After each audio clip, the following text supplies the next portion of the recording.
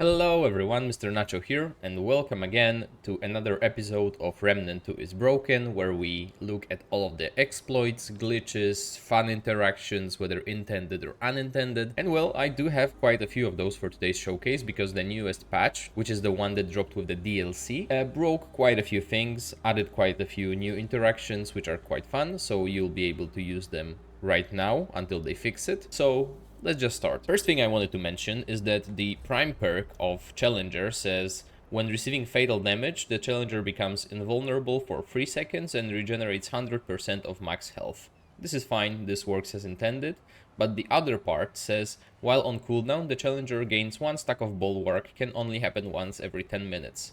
So this says that whenever you die as a Challenger for the first time, you will receive a Bullwark stack for 10 minutes. Let's see if we can actually proc it ourselves, so we'll need to reduce our HP as much as possible.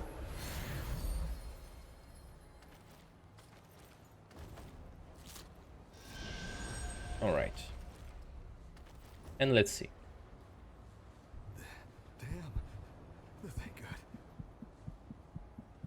God. Alright, we went down, we are coming back up, and we actually do have the Bullwark stack and the 10-minute cooldown on Die Hard. That's fine, that's how it's supposed to work.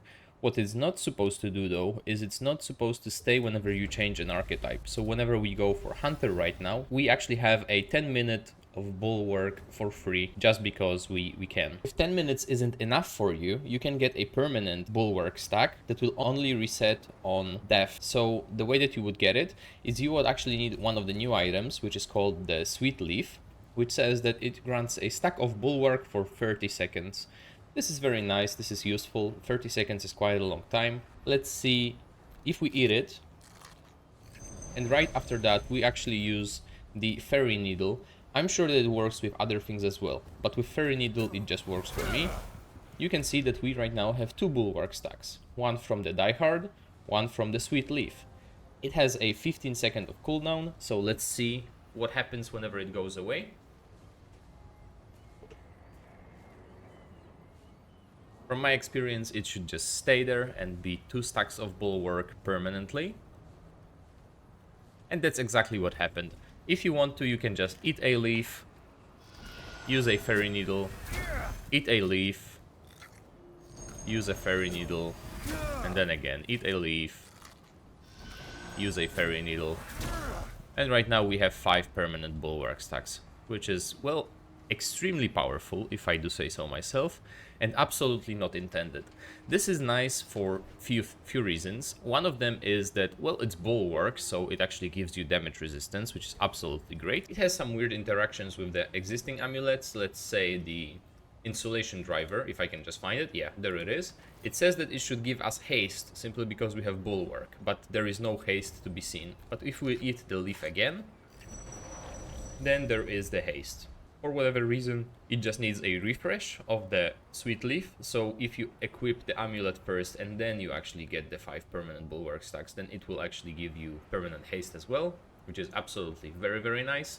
And obviously it pairs extremely well with something like the Dried Clay Ring or some of the new ones, like the Colket Eyelet, which will give you quite a bit of health regeneration. Or you can even go with the Talos Eyelet, which will actually increase your max Bullwark stacks to 6. And it will give you plenty of stamina regen for it. This is absolutely great. Alright, the next thing is actually a bug with Bulletstorm and the Huntmaster. It also affects the Trinity Crossbow, which I will show you in a moment. Let's just focus on the Huntmaster for now. So, if you just shoot with it, this is how fast it can shoot by default. If you, however, use the Bulletstorm, that's what it does. If you scope in, it shouldn't really have any recoil, so let's see. Yeah, it's perfectly still. It's very, very good, and absolutely broken because it deals way more damage than it's supposed to. But it's still not all that much damage whenever we compare it to the Trinity Crossbow, which is the new one. It's fully upgraded. Let's reset our abilities, and let's go again.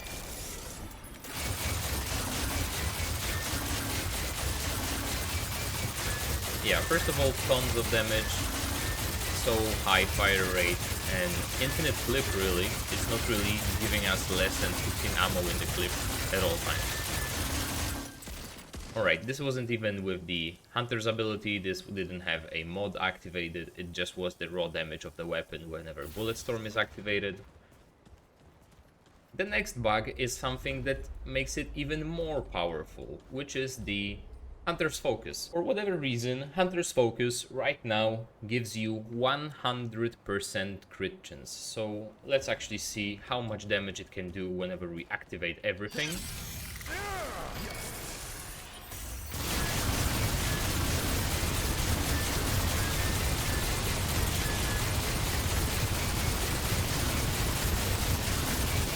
Yeah, about 20k. As you can see, none of those attacks was a non-critical. All of them were critical hits. For whatever reason, that's just how it works. It's extremely powerful. You can put down bosses in like a matter of seconds. If you're having difficulties right now, then use this before it gets fixed, because it will most certainly get fixed. But for now, this is how it works. Another thing that is, well, maybe not really very useful, but this is something that you can do. You can actually get on top of the wall during the final boss fight of the DLC, which is something that I'll show you right now.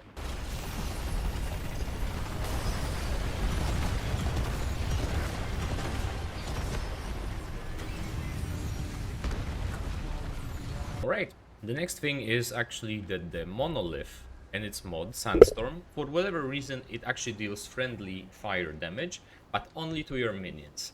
You can actually use it whenever you are using the Summoner as a prime to trigger the Ruthless perk, but for this you would most certainly want the Kinship trait, because Monolith will just kill your summons very quickly. So let's see how it works. We just summon our little guys.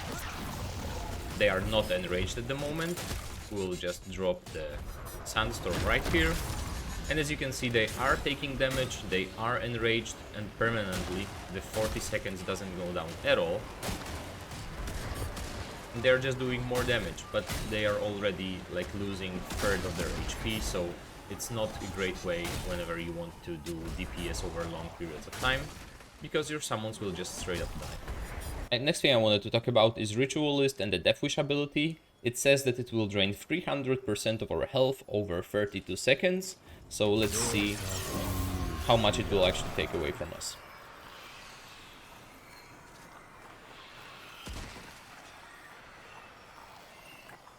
Obviously Brabus is just shooting in the background to ruin my video, but I see that he's a good boy now, he's just walking away.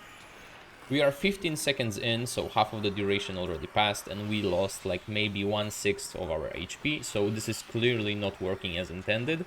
I do not have Kinship on, so this is not affecting the damage of the ability, so it's just bugged. For now, it's just not working as it should. This is all that it did to me. It's absolutely broken. It gives you 50% damage, all damage, so just use it to any build really and you'll have great results. But the 300% health drain, it just doesn't work. It's just fake news. The next thing that I wanted to mention is that the Thorn does not really scale with mod damage right now whenever you activate the Deadwood ability, but it's supposed to do that whenever the next patch comes out. So the Thorn should feel way more powerful whenever you are playing the Archon and Summoner. So just make sure to pay attention to that. This will be much stronger than it is right now. Also, the next thing regarding Thorn is that the Deadwood, the mod for it, doesn't scale with the mod duration. Basically, the default is 20 seconds. We have made it with Magnifying Glass and Chakra to be 35 seconds. So this is what it says on the tooltip, but whenever we actually activate it, you can clearly see that this is lasting 20 seconds. This is just wrong, it's not affecting it the way it's supposed to. We are losing basically half of the duration for no reason, and I would like to see this fixed. Yep, and after 20 seconds it's just gone. So it's just not affecting it in any way.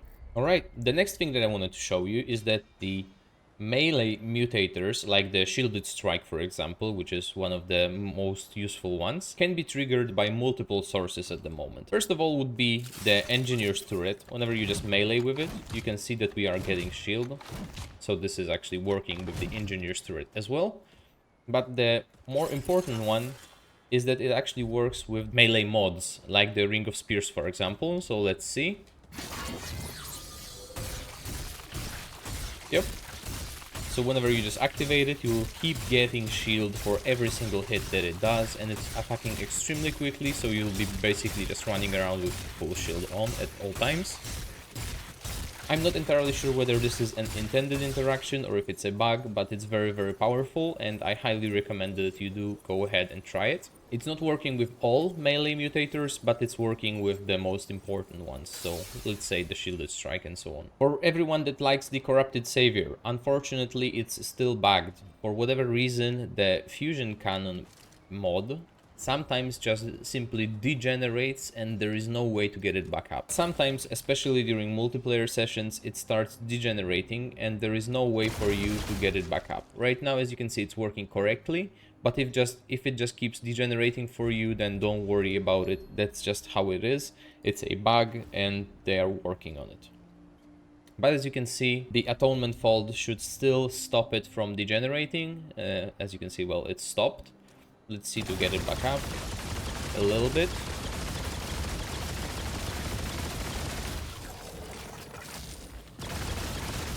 And we are back at 5 stacks. And it's not degenerating at all, so the trick with the atonement fold should still work. It's going to be great.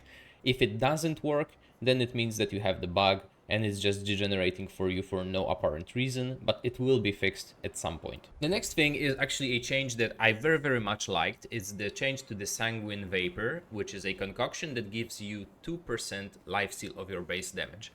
Previously, it also increased the damage that you take, but it's no longer the case. Well, or is it? Let's see. It doesn't really say anything here whenever it comes to the negatives of the concoction. We are only getting 25% from the permanent Bullwark stack that we have, but whenever you see the description of it, it says that it increases damage taken by 10%. I am not entirely sure whether this is in effect or this is just the description that is wrong, but this is something that is still here. And if you want to use the Sanguine Vapor, just be mindful that it might not be working correctly at the moment. Alright, right now viewer discretion is advised because we will be exposing ourselves. And what do I mean by that? There is an amulet that's called the Birthright of the Lost, and it says increases all damage by 10% and on perfect dodge apply exposed to the attacker. Exposed is a debuff that makes the target receive 15% additional damage from all sources, but the change that was made to the wormhole, which is the Invader skill, it just says that it counts as a perfect dodge. So whenever we actually use it, you can see that we are giving the debuff to ourselves. We are getting exposed, we are exposing ourselves basically, and we are getting bonus damage for whatever reason. I'm not sure that this is supposed to work this way. It's extremely disappointing that it's not just applying the exposed debuff to everything around you, but it's actually applying it to yourself. I don't really like it. I think that it's a bug and will be fixed, but you never know. One more thing that I wanted to mention is that if you are playing on the PlayStation and you are having problems with the Proving Grounds dungeon, then it means that there are some serious problems, because on PlayStation the Proving Grounds is actually easier than on any other platform. The traps deal way less damage to you, and you are not getting one shot by the saw blades or the arrows that are being shot at you. So the easiest way to play on Proving Grounds is on PlayStation or with someone that plays on PlayStation. So if you play on multiplayer with someone that is on PlayStation, that you will receive the benefits of the easier content as well. Right, the last bug that I wanted to share with you is the one that concerns the pressure point, which is the new mutator, and it says increases this weapon's range and mod damage by 15% to enemies within 7 meters, which is already quite fine for shotguns and anything that is close range.